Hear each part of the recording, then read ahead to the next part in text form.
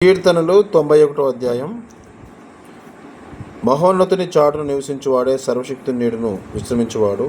ఆయన నాకు ఆశ్రయము, నా కోట, నేను నమ్ముకుని నా దేవుడని. నేను యెహోవాను గూర్చి చెప్పుచున్నాను. వేటకాని ఊరిలో నుండి ఆయన నిన్ను విడిపించును. నాశనకరమైన తెగులు రాకుండా నేను రక్షించును. ఆయన తన రెక్కలతో నేను కప్పును. ఆయన రెక్కల క్రింద నీకు ఆశ్రయం కలుగును.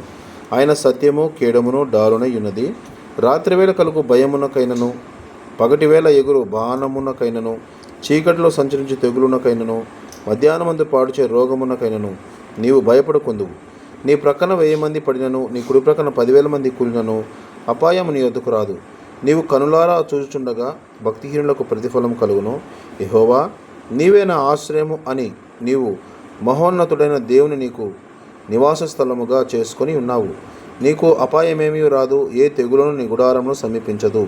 నీ మార్గములన్నిటిలో నేను కాపాడుటకు ఆయన నిన్ను గూర్చి తన దూతలకు ఆజ్ఞాపించును. నీ పాదములకు రాయి తగులకుండా వారు నిన్ను తమ చేతుల మీద ఎత్తి పట్టుకొందురు.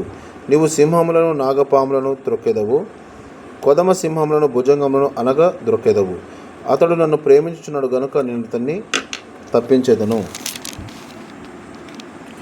అతడు నా నామమును ఎరిగినవాడు గనుక నేను అతన్ని ఘనపరచెదను. అతడు నాకు మొరపెట్టగా నేను అతనికి ఉత్తరమిచ్చేదను. శ్రమలో నేను అతనికి తోడై ఉండదును. అతను విడిపించి అతను గొప్ప చేసేదను.